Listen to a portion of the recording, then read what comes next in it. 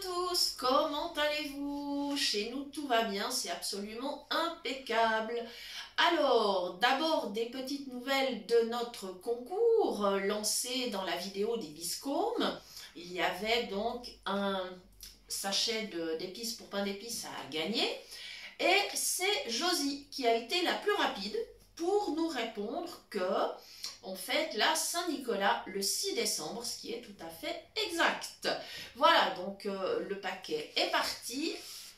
Voilà, et dans le même temps, eh bien, hier, Maggie nous a envoyé un message pour nous dire qu'elle avait reçu ses épices pour pain d'épices. Donc super Maggie, on espère que tu seras heureuse de préparer soit les palets aux épices, soit les petits biscombes. Voilà, aujourd'hui, je vous présente une recette un peu particulière et je vais vous expliquer les circonstances. Et d'ailleurs, si je suis assise à table, c'est que j'ai préparé ma recette ce matin.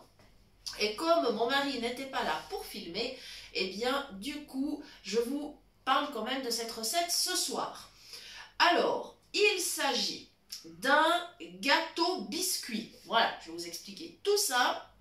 C'est un gâteau hyper simple qui va vous permettre d'utiliser les restes de biscuits, les fonds de boîte ou bien un reste de gâteau qui ne serait pas mangé et puis que vous auriez envie de réutiliser. Voilà, je vais vous expliquer tout ça. Et bien sûr, restez avec nous jusqu'au bout parce que à la fin de la vidéo, il y aura une petite question.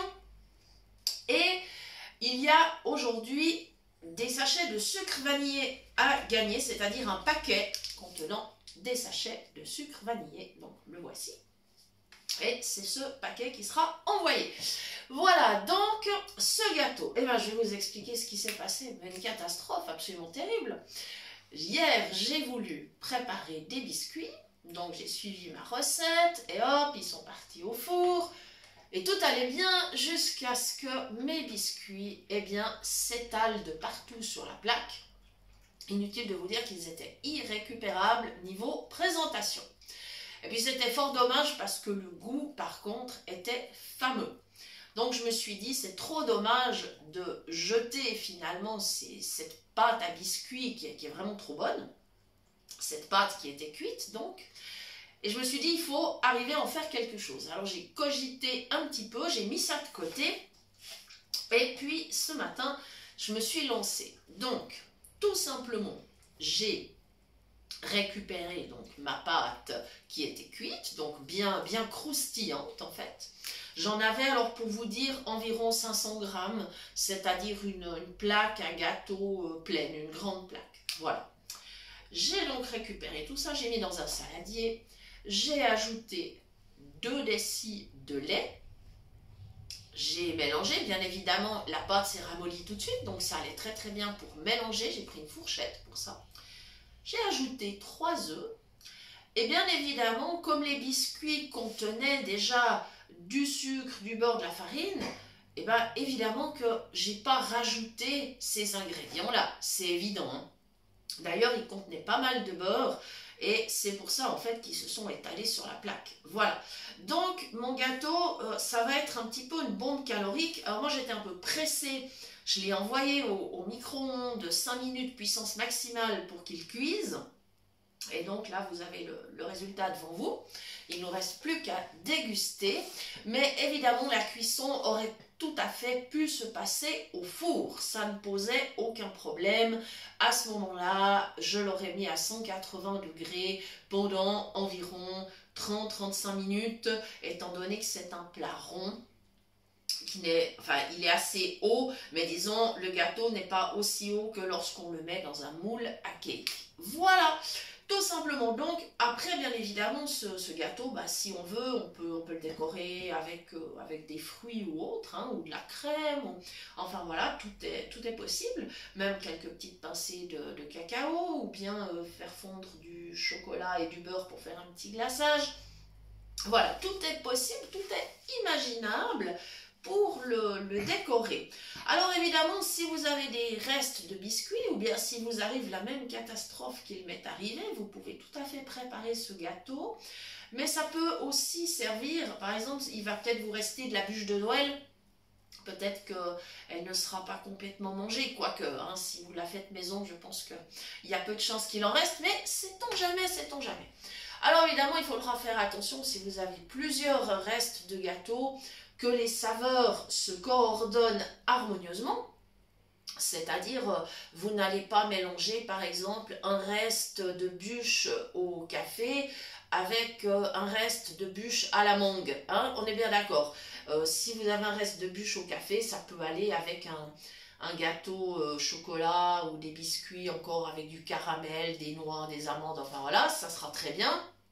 Par contre, si vous avez un reste de bûche avec des fruits, eh bien, éventuellement, il faudra continuer sur cette lignée, c'est-à-dire peut-être rajouter justement des fruits. Vous pourrez rajouter quelques petits biscuits secs, pourquoi pas style petit beurre, si vous avez juste un tout petit reste. Et pour obtenir à peu près 500 grammes donc, de reste, et ensuite vos 2 décis de lait, les 3 œufs, et on mélange et on envoie au four. Voilà, comme ça vous aurez un gâteau tout neuf, tout bon.